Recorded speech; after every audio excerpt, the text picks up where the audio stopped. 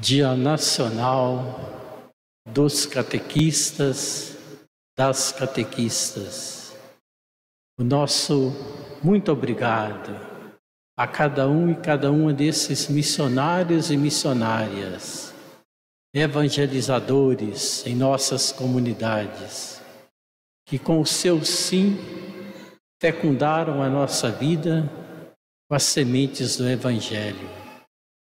Quando nós observamos as nossas comunidades, e há pouco na Igreja dos Passos falávamos sobre isso, observamos as nossas comunidades com essa participação intensa, apesar da pandemia, as pessoas desejosas de retomarem a sua ação evangelizadora, pastoral, participativa na comunidade. Tudo isso só nos faz reconhecer que antes de nós, por aqui passaram pessoas abnegadas, fervorosas, dedicadas, que consolidaram em nossa formação a consciência da nossa fé. O nosso agradecimento se transforma em oração suplicante a Deus, para que acolha os que já nos antecipam na eternidade e derrame bênçãos sobre bênçãos aos que conosco convivem.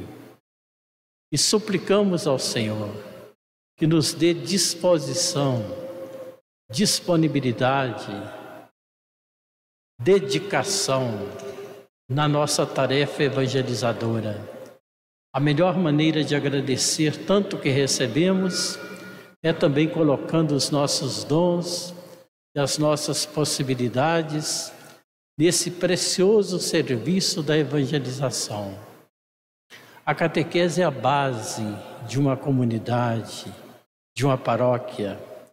Uma paróquia e uma comunidade que não tem um bom trabalho pastoral, evangelizador de catequese, é uma comunidade frágil, vulnerável, diante das apresentações que surgem aqui e ali em contraposição com o Evangelho, com os ensinamentos da Palavra de Deus e da Igreja.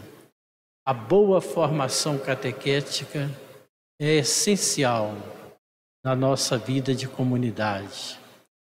Por isso nós somos sempre pessoas que devemos dedicar até o fim dos nossos dias neste mundo a nossa tarefa de ser também catequistas, para fazer ecoar nos corações e na vida das pessoas os ensinamentos de nosso Senhor.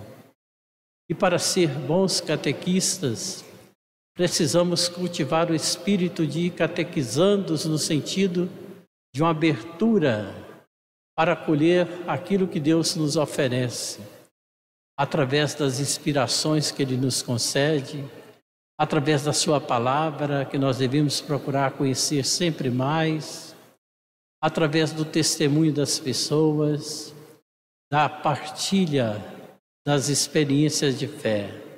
Devemos estar sempre abertos ao crescimento no caminho da nossa fé.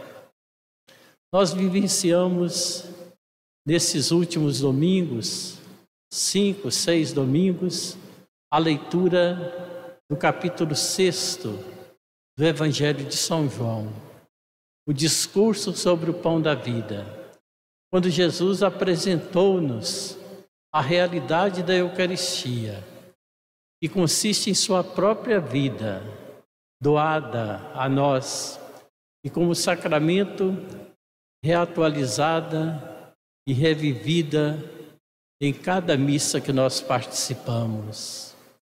O discurso sobre o pão da vida nos ajudou a reconhecer que nossa vida biológica e nossa vida psíquica precisa ser iluminada pela nossa vida sobrenatural.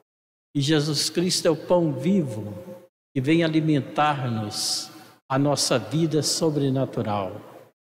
A liturgia da palavra deste final de semana dá continuidade a esse tema a partir das respostas que nós devemos fazer quais os procedimentos que nós devemos tomar para vivenciar esse mistério da Eucaristia. E aqui tudo foi apresentado através da luz dos mandamentos do Senhor. A lei do Senhor é perfeita, sabedoria dos humildes. Ela ilumina os nossos pés, ajuda-nos no discernimento, fortalece o nosso espírito para a perseverança. A lei do Senhor é perfeita.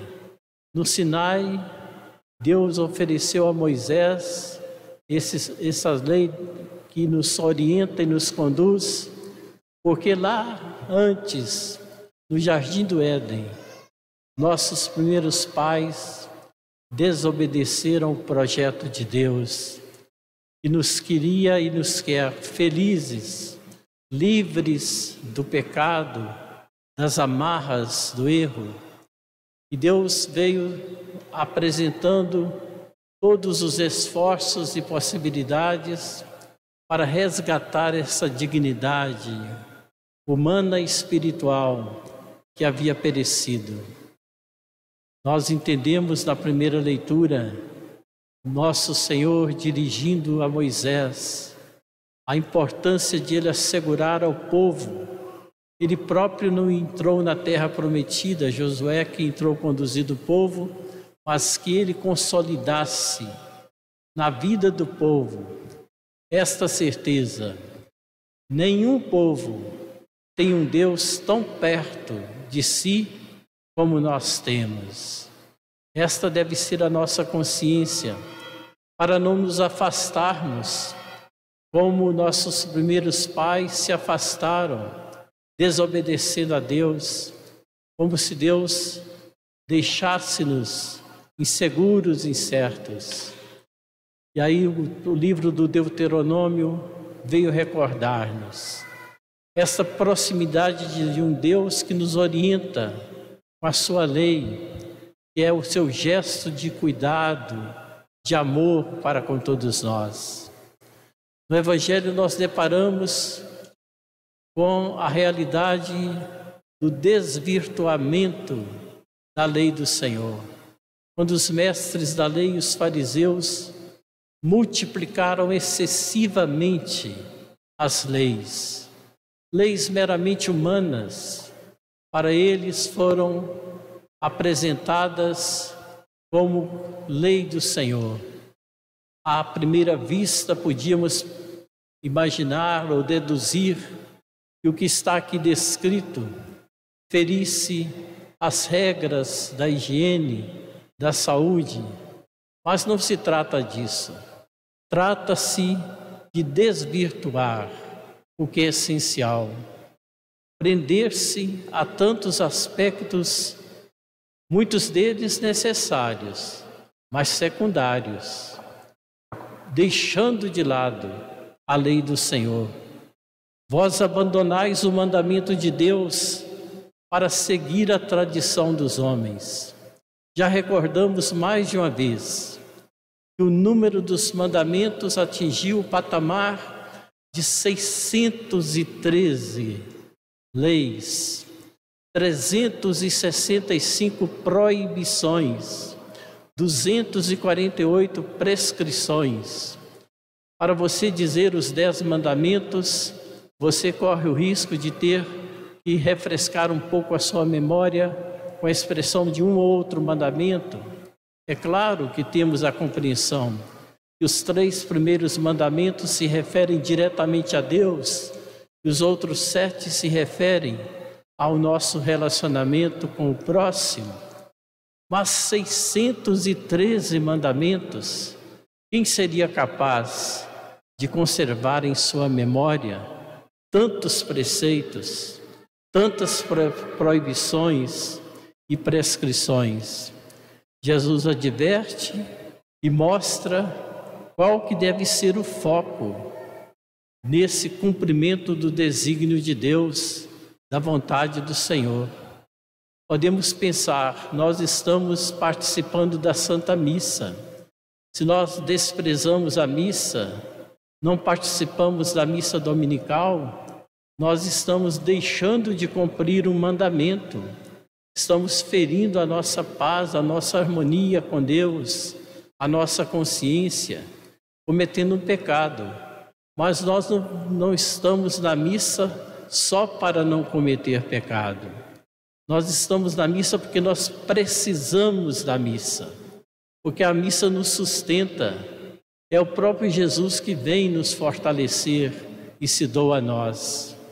A fidelidade matrimonial não é só para cumprir o mandamento do Senhor, é a partir do amor entre os cônjuges que vem o respeito, a fidelidade. E com isso, é claro, cumpre-se também o mandamento do Senhor. Jesus mostra-nos pela sua palavra, através do apóstolo Paulo, na carta a Tiago, que acolher a viúva, o órfão, amparar o necessitado, é a expressão e a concretização do cumprimento da lei do Senhor. E no Evangelho, ele nos apresenta uma lista que nos faz examinar a nossa própria vida, para que nós nos revistamos desses compromissos.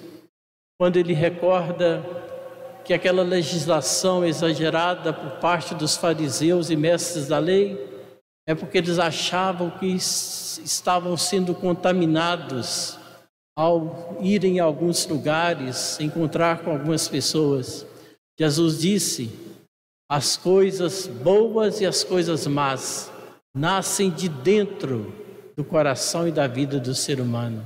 Não é o que vem de fora, porque se nós estamos na fidelidade ao Senhor, não vai nos atingir.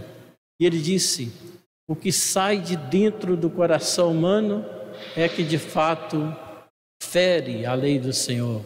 As imoralidades, os roubos, os assassínios, os adultérios, ambições desmedidas, maldades, fraudes, devassidão, inveja, calúnia, orgulho, falta de juízo. Todas essas coisas saem de dentro. Por isso nós precisamos cultivar a presença do Senhor em nossa vida, para que de dentro do nosso ser possa emanar o bem, a paz, a concórdia, o perdão, os valores que vão de fato serem sinais do reino dos céus. E nós, nesse Dia Nacional dos Catequistas, concluindo essa jornada do mês vocacional, reconheçamos a importância de nós aprofundarmos a palavra do Senhor cada vez mais. Compartilhar os ensinamentos do Senhor, porque a catequese significa fazer ecoar, fazer chegar às pessoas os ensinamentos de nosso Senhor. Não sermos negligentes, omissos, pensando que não fosse tarefa nossa. A família é a primeira comunidade catequizadora. A paróquia é uma comunidade catequizadora, mas cada um de nós também é catequista por vocação, para que esta fidelidade à lei do Senhor não seja algo pesado para nós, mas seja para nós algo que nos seduz, nos atrai, nos constrói e nos fortalece. Vamos continuar celebrando esta Santa Missa, pedindo a nosso Senhor para que nós nunca nos cansemos de evangelizar. Louvado seja nosso Senhor Jesus Cristo. Para sempre seja louvado.